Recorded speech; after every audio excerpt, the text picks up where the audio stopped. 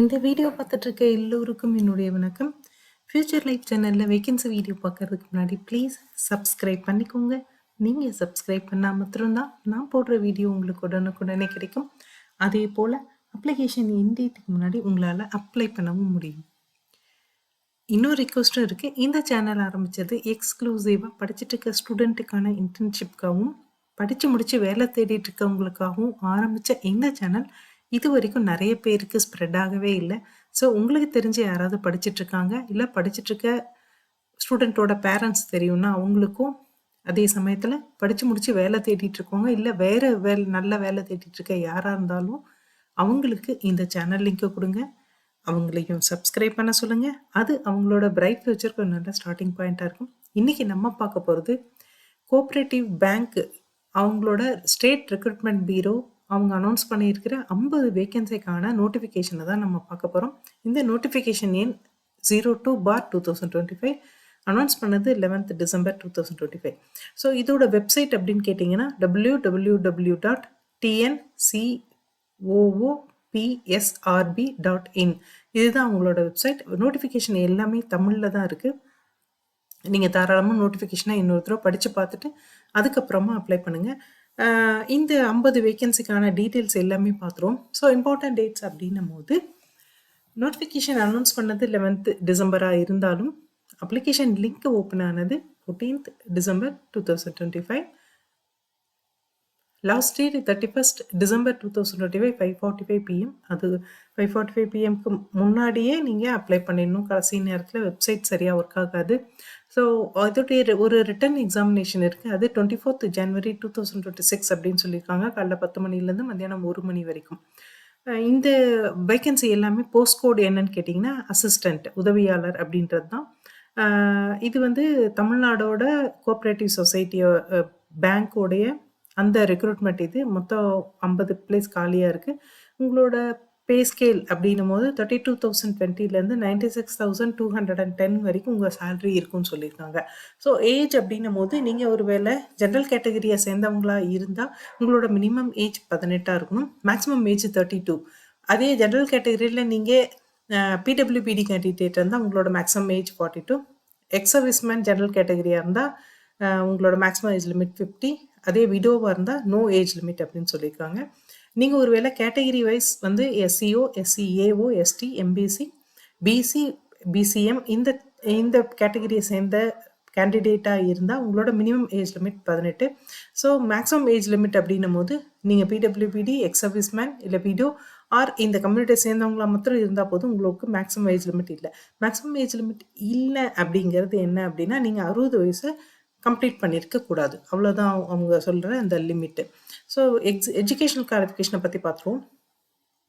Educational qualification அப்படின்னது நீங்கள் ஏதாவது ஒரு டிகிரி படிச்சிருக்கலாம், இல்லை பேச்சுலர் ஆஃப் இன்ஜினியரிங்கில் computer science, information technology, ECE படிச்சிருக்கலாம், எல்எல்பி ஆர் பிஎல் லா சம்மந்தப்பட்ட ஏதாவது ஒரு டிகிரி படிச்சிருக்கலாம், இல்லைன்னா பிகாம் படிச்சிருக்கலாம், பேச்சுலர் ஆஃப் காமர்ஸ் படிச்சிருக்கலாம், இல்லை இன்ஜினியரிங்லேயே நீங்கள் சிவில் ஆர் எலக்ட்ரிக்கல் படிச்சிருக்கலாம்.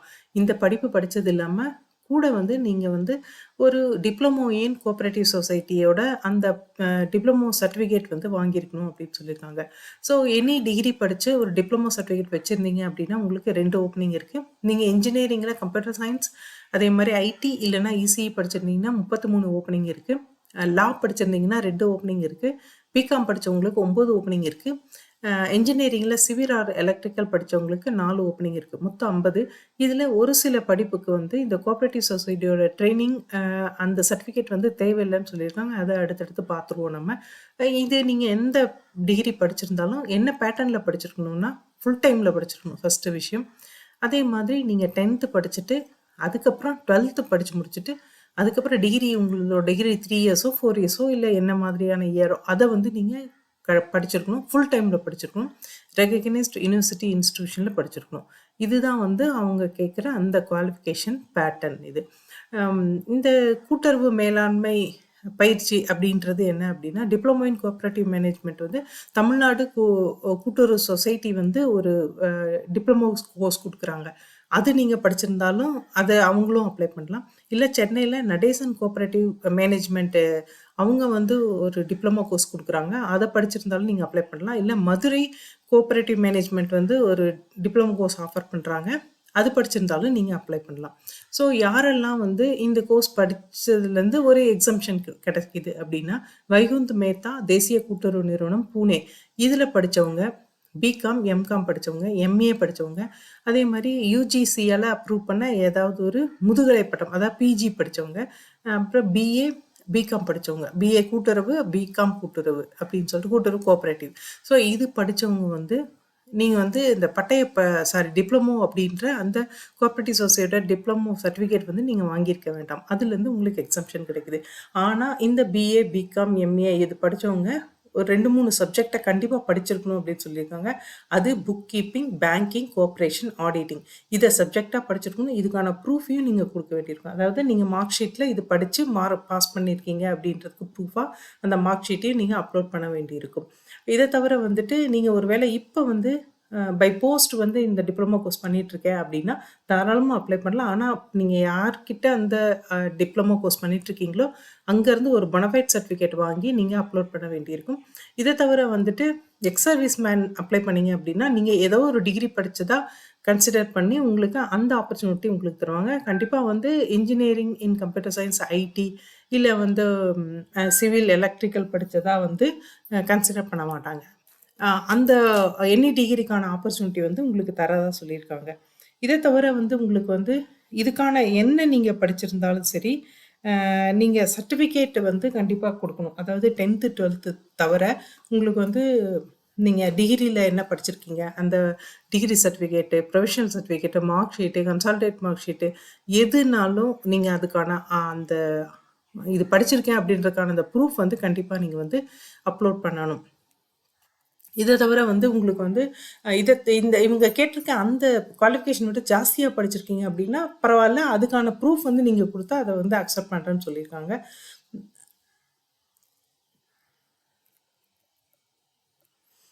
எ எ இந்த க எக்ஸாம் அதாவது ரிட்டன் எக்ஸாம் இல்லாம, இன்டர்வியூ இல்லாம உங்களுக்கு ஒரு பிசிக்கல் மெடிக்கல் ஸ்டாண்டர்ட் வந்து ஒரு தேவைப்படும். இது வந்து உங்களோட அந்த மெரிட்ல நீங்க வந்து ரிட்டன் எக்ஸாம் பாஸ் பண்ணப்புறம், இன்டர்வியூ பாஸ் பண்ணப்புறம் உங்களுக்கு வந்து ஒரு உடற்தகுதி சரிபார்ப்பு அப்படின்ற மெடிக்கல் ஸ்டாண்டர்ட் மெடிக்கல் எக்ஸாமினேஷன் ஒண்ணு இருக்கு.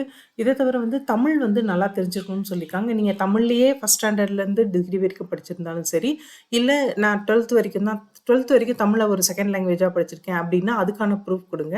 இல்ல அப்படின்னா, நீங்க வந்து தமிழ்ல உங்களுக்கு என்ன அ நீங்க நான் வந்து தமிழ் எனக்கு தெரியும். இத்தன ஸ்டாண்டர்ட் வரைக்கும் நான் தமிழ் படிச்சிருக்கேன் அப்படின்றதுக்கு ப்ரூஃப் குடுக்கணும்.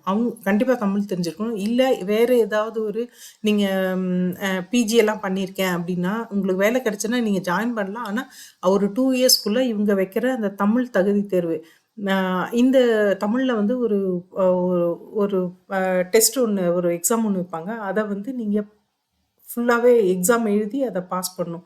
ஸோ அத பாஸ் பண்ணல அப்டின்னா, உங்கள வேலையிலருந்து அம் டிஸ்குவாலிஃபை பண்ணிருவாங்க. ஸோ உங்களுக்கு தமிழ் அப்டின்றது ஒரு மஸ்ட்டா வந்து சொல்லியிருக்காங்க. இதிலயே வந்துட்டு அப்ளிகேஷன் ஃபீஸ் அப்டின்றபோது, அ நீங்க வந்து எஸ்சிஓவோ, எஸ்சிஏவாவோ, இல்ல எஸ்டியாவோ, இல்ல விடோஸாவோ, இல்ல பிடபிள்யூபிடி கேண்டிடேட்டாவா இருந்தீங்கன்னா, உங்களுக்கு அப்ளிகேஷன் ஃபீஸ் ரூ. 250. இத தவிர மீதி இருக்கிறவங்க எல்லாருக்கும் ரூ. 500ன்னு சொல்லியிருக்காங்க. இது வந்து எப்படி செலக்ட் பண்ண போறாங்கன்னா, ஒரு ரிட்டன் டெஸ்ட், ஒரு இன்டர்வியூ. இத தவிர பிசிக்கல் டெஸ்ட் ஒண்ணு இருக்கு. மெடிக்கல் டெஸ்ட் ஒண்ணு இருக்கு. அது அதுக்கப்புறம் வரும். அ இதோடைய சென்டர் எங்க இருக்கு அப்டின்னா, எங்கருந்து நீங்க அப்ளை பண்ணாலும் சரி, சென்னையில மாத்திரம் தான் சென்டர். ஸோ உங்களோட இடத்துலருந்து சென்னைக்கு டிராவல் பண்றதுக்கான எந்த விதமான டிராவலிங் அலவன்ஸும் இவங்க குடுக்க மாட்டாங்க. அது எல்லாமே உங்க ஓன் காஸ்ட்ல இருக்கணும். ஸோ சென்னையில மாத்திரம் தான் எக்ஸாம் நடக்கும். காலையில 10 மணிலேருந்து மத்தியானம் 1 மணி வரைக்கும்.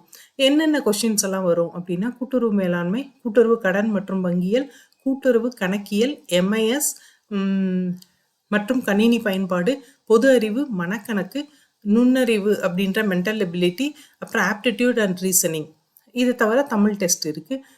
இந்த என்ன ஸ்டாண்டர்ட்லேருந்து இந்த கொஸ்டின் எடுப்பாங்க அப்படின்னா, எல்லாமே டிகிரி ஸ்டாண்டர்டுக்கு இருக்கும். ஓஎம்ஆர் பேஸ்டு கொஷின்ஸ் இது. ஸோ 3 ஹவர்ஸ் நடக்கும். மொத்தம் 200 கொஸ்டின் இருக்கும். 170 மார்க் கன்வெர்ட் பண்ணிருவாங்க.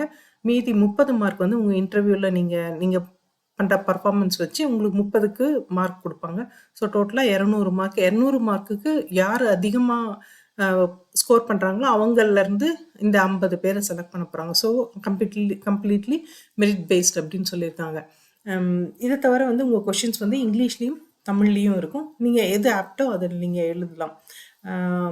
இதில் உங்களுக்கு வந்து இந்த கொஷின்ஸை இந்த என்னென்ன மாதிரியான சப்ஜெக்ட் அது என்ன லெசன் அப்படின்ற டீட்டெயில்ஸ் எல்லாமே இவங்களோட நோட்டிஃபிகேஷனில் கொடுத்துருக்காங்க. இதை தவிர பிடபிள்யூபிடி கம்யூனிட்டி சர்டிஃபிகேட் அதே மாதிரி நீங்கள் இப்போ ஒர்க் பண்ணிட்டு இருந்தா அப்படின்னா அந்த ஒர்க் பண்ணுற இடத்துக்கான அந்த இப்போ கரண்ட் எம்ப்ளாயர் வந்து ஒரு நோ அப்ஜெக்ஷன் கொடுக்கணும் நீங்கள் அப்ளை பண்ணுறது. ஸோ அந்த நோ அப்ஜெக்ஷன் ஃபார்மேட்டு இந்த மாதிரி எல்லா சர்டிஃபிகேட் ஃபார்மேட்டும் அவங்க வந்து இதே நோட்டிஃபிகேஷனில் பின்னாடி வந்து அனெக்ஷரில் எல்லாமே கொடுத்துருக்காங்க. நீங்கள் அதை டவுன்லோட் பண்ணி பிரிண்ட் எடுத்து அதுக்கான சைன் வந்து நீங்கள் வாங்கிக்கலாம். அதே மாதிரி உங்களுக்கு எந்த விதமான இன்ஃபர்மேஷனும் தனியாக ஒரு ஹார்ட் காப்பியாக உங்கள் அட்ரஸ்க்கு அனுப்ப மாட்டாங்க.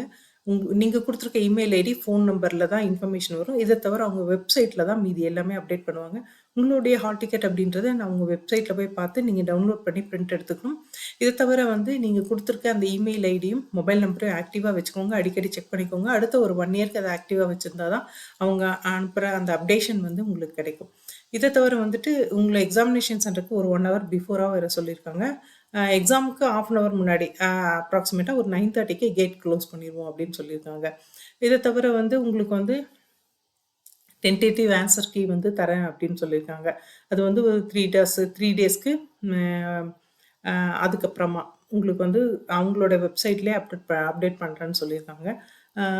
இதை தவிர வந்து உங்களுக்கு இந்த வெப்சைட் அட்ரஸ் நான் ஏற்கனவே சொல்லியிருக்கேன். www.tncoopsrb.in இதுதான் உங்களோட வெப்சைட். இதில் நோட்டிஃபிகேஷனை படிச்சுட்டு உங்களுக்கு எல்லா குவாலிஃபிகேஷனும் இருக்குன்னா அதுக்கப்புறமா நீங்கள் அப்ளை பண்ண உட்காரலாம். அது இது தவிர வந்து உங்களோட ஃபோட்டோவும் உங்களோட சிக்னேச்சரும் ஸ்கேன் பண்ணி நீங்கள் ரெடியாக எடுத்து வச்சுக்கோங்க. உங்களோட எல்லா சர்டிஃபிகேட்ஸும் ஸ்கேன் பண்ணி நீங்கள் எடுத்து வச்சுக்கோங்க. அதுக்கப்புறமா நீங்கள் வந்து உட்கார்ந்த போதும். அதே மாதிரி அப்ளிகேஷன் ஃபீஸ் அப்படின்றதும் ஆன்லைன் தான். நீங்கள் எல்லாமே நீங்கள் சப்மிஷன் கரெக்டாக பண்ணியிருக்கீங்களா, உங்களோட அப்ளிகேஷன் ஃபீஸ் கரெக்டாக கிரெடிட் ஆயிருக்கா அப்படின்றத அந்த சக்ஸஸ்ஃபுல் அப்படின்னு சொல்லிட்டு ஒரு பாப்பப் வரும். ஸோ அந்த பாப்பப் வர வரைக்கும் வெயிட் பண்ணி அதுக்கப்புறமா நீங்கள் வந்து இந்த அப்ளிகேஷனை வந்து கம்ப்ளீட் பண்ணிக்கோங்க. ஸோ பாடத்திட்டம் அப்படின்றது எதுலேருந்து கொஷின் கேட்பாங்க அப்படின்றத கம்ப்ளீட்டாக நான் தமிழில் சொன்னேன். ஸோ எதுலேருந்துன்னா cooperative management, cooperative credit and banking, cooperative accounting, MIS and computer application or computer fundamentals, general knowledge, mental ability, aptitude reasoning, Tamil. So இந்த சப்ஜெக்ட்லேருந்து தான் கொஷின் வரும். டிகிரி ஸ்டாண்டர்டுக்கு வரும். ஸோ இதை தவிர மீதி டீட்டெயில்ஸ் எல்லாமே உங்களுடைய நோட்டிஃபிகேஷனில் இருக்குது. அப்ளை பண்ண போகிற எல்லோருக்கும் பெஸ்ட் ஆஃப் லக். அதே மாதிரி இந்த வீடியோ பார்த்த எல்லோருக்கும் ஷேர் பண்ண எல்லோருக்கும் ரொம்ப தேங்க்ஸ். நெக்ஸ்ட் ஏதாவது ஒரு வேகன்சி வீடியோவில் பார்ப்போம். தேங்க்யூ.